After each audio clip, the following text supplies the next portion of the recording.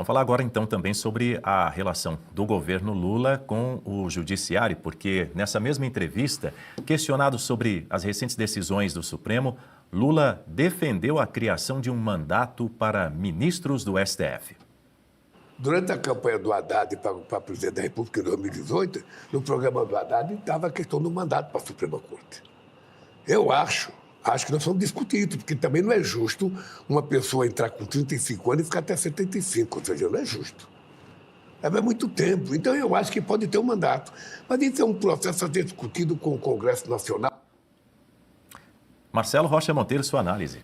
Olha, em tese também dá para apresentar argumentos favoráveis à limitação, né, de um ministro do Supremo em termos de tempo de atuação, que ele tenha mandato e tal. Isso pode ser um ponto positivo, pode ser um ponto negativo. Vou dar aqui um exemplo, né? A Suprema Corte dos Estados Unidos, né, não só não há mandato, como não há idade para aposentadoria compulsória, né? Porque aqui o cargo de ministro do Supremo, a gente diz que ele é vitalício, mas vitalício no Brasil significa que você vai ficar no cargo até completar 75 anos, porque nesse momento em que você completa 75 anos, você é obrigado a se aposentar. Tanto é que, né, volta e meia sai na imprensa em que ano cada ministro, né, cada atual ministro do Supremo vai completar 75 anos. E em muitos casos a gente fica na torcida, né? Pelo amor de Deus, tomara que passe rápido o tempo, né, para esse sujeito ir embora. Nos Estados Unidos, não. Ele pode ficar lá até morrer, né? Enquanto ele estiver lúcido, né, no gozo das suas faculdades mentais, caso a velhice não promova nenhum tipo de transtorno, né, na capacidade dele de compreensão, de entendimento, ele pode ficar até morrer, como muitos ficaram. Scalia, Antonin Scalia, por exemplo, que, na minha opinião, um dos maiores juízes que a Suprema Corte Americana teve, ele ficou até os 80 anos, né? Ele morreu de repente, né? Teve, acho que, se não me falha a memória, teve um ataque cardíaco, né? Mas até a véspera ele estava atuando, né? E atuando muito bem, né? Muito lúcido, brilhante. Então, a questão não é essa. A questão fundamental é a gente não ter, né, um presidente da República que faça as nomeações para o Supremo que esse senhor que está aí na tela faz. Quem é que ele nomeia? Ele nomeia o Toffoli. Por quê? Pelo conhecimento jurídico, o Toffoli não passou na prova para juiz. No concurso para juiz de direito de primeira instância, foi reprovado 2 vezes, né? E ele foi indicado por quê? Porque era advogado do PT. Foi o fato de ser advogado do PT, de ser amigo do presidente da República, né, que o levou para o Supremo, apesar da sua absoluta mediocridade como jurista, né? Ele não dá nem para chamar de jurista. O Toffoli é uma nulidade do ponto de vista jurídico. E está lá por quê? Pela afinidade política. O outro lá, o Zanin, está lá por quê? Porque era advogado do Lula, né? É uma relação pessoal, a relação entre... É mais do que uma relação de amizade, né? Eu costumo dizer, relação entre advogado e cliente é mais do que de amizade íntima, é de absoluta confiança, né? Para o seu advogado, você conta aquilo que você não conta para mais ninguém. Então, graças a essa relação pessoal / profissional, é que Sozanin está lá no Supremo, né? E Flávio Dino está lá por quê? É cupincha político, né? Jogava no mesmo time, jogava não, joga, né? E agora pelo amor de Deus, o Messias, o Bessias, né? Outra nulidade do ponto de vista jurídico, era o office boy da senhora Dilma Rousseff, e é ele que o Lula quer indicar para o Supremo. Então não é a questão do mandato que vai fazer a diferença, né? É a questão de você, como presidente da República, né, trocar os critérios que a Constituição estabelece, né, que é o de notável ou notório saber jurídico e reputação ilibada, pelo critério da amizade pessoal, do companheirismo político. É isso que resolve, né? É você deixar de lado essas amizades e afinidades políticas e nomear para o Supremo juristas à altura desse cargo. E Lula fez acusações aos apoiadores do ex-presidente Jair Bolsonaro. Vamos ver. Um bolsonarista que está nos vendo agora, ele não acredita em nada. Ele acha que a Terra não é redonda. Ele acha que o planeta é quadrado ou é retangular. Ele acha que vacina, o cara vira gay, o cara vira jacaré. Sabe, acha um monte de bobagem que eles acreditam. É como se fosse uma doença, sabe, numa pessoa, sabe, que quer fazer política. Lucas Berlanza de volta comigo dividindo a tela. Eu vou fazer uma correção, uma autocorreção. Eu disse que Lula fez acusações. Na verdade, ele ofendeu os apoiadores de Jair Messias Bolsonaro. Lembrando que logo lá no começo do mandato dele, tinha dito numa reunião com ministros e governadores que pessoas com transtornos mentais teriam o que ele chamou de desequilíbrio de parafuso. Fez essa colocação extremamente indelicada e infeliz. Agora, além de seguidamente criticar Jair Bolsonaro, recentemente ele disse que Bolsonaro tinha, inclusive, milhões de seguidores nas redes sociais porque fala bobagem, ou falava bobagem, afinal de contas ele não pode fazer uso das redes sociais atualmente. Agora ele está partindo contra os apoiadores do ex-presidente também. O Lula está ironizando crenças que seriam crenças contraditórias com o que os dados da ciência, na atualidade do conhecimento, conseguem demonstrar, a questão do terraplanismo.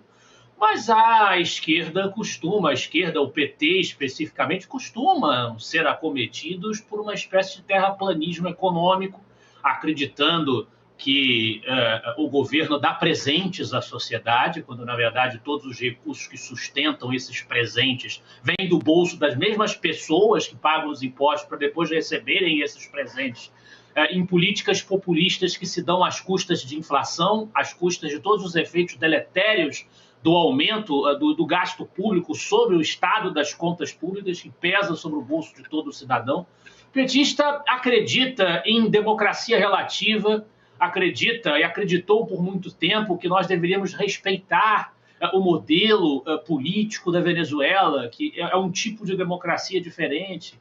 Então, o petista acredita que as autoridades do país, nos altos postos, absolutamente não sabem de nada. O petista acredita também em um monte de coisa que os dados da realidade demonstram não fazer o menor sentido. No entanto, o Lula não vai ofendê-los porque politicamente o elegeram. Mas ele precisa se lembrar de que, infelizmente para nós, infelizmente para o país, que teve a capacidade lá nos anos 50 de recolocar no poder um ditador, que foi o caso de Getúlio Vargas, um homem que dominou o país como se fosse instância sua por pelo menos 15 anos, e 5 anos depois do fim da sua ditadura retornou, o país que teve a capacidade de colocar novamente no poder um criminoso condenado, né, como foi o caso do Lula, alguém que patrocinou politicamente, moralmente e até economicamente os regimes autoritários da América Latina, a sociedade que teve a capacidade de colocá-lo lá, né, é uma sociedade complexa da qual os bolsonaristas fazem parte.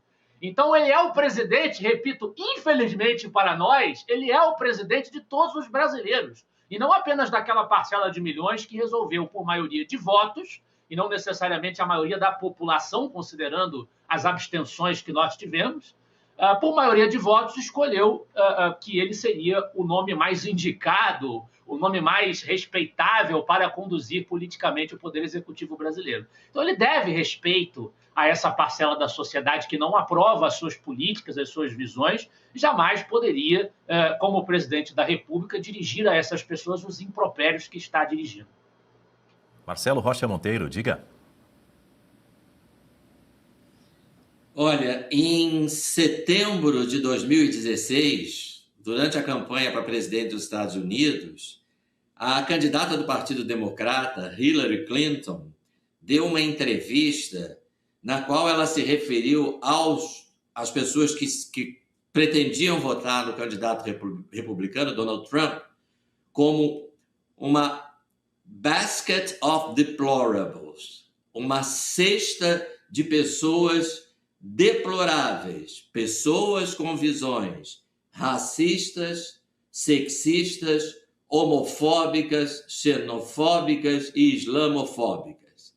Então ela chamou de deploráveis metade do eleitorado americano, e um mês depois ela levou o troco, um pouco mais de um mês depois, ela perdeu a eleição, que todo mundo dizia que estava ganha para ela, né? Então, esse menosprezo, porque o senhor Lula acaba de ofender, no mínimo, metade da população brasileira, né?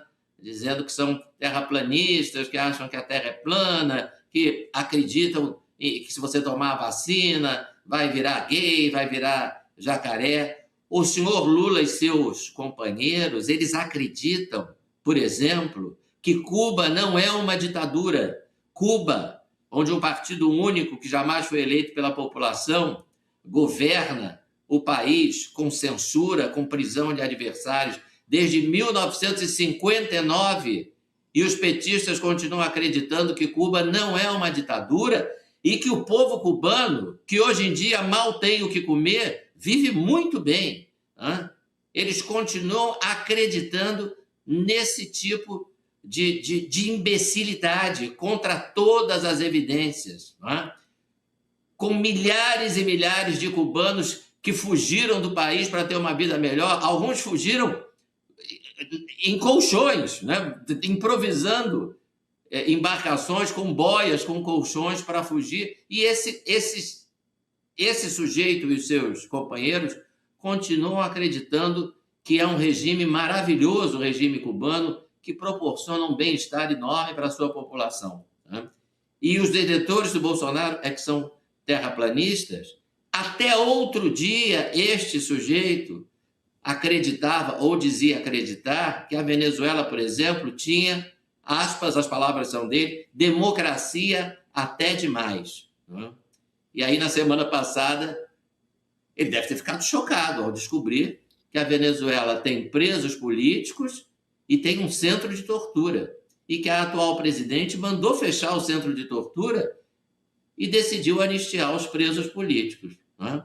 Então, terraplanista é ele. Terraplanistas são, infelizmente, né, aqueles que compartilham dessas ideias totalmente divorciadas da realidade.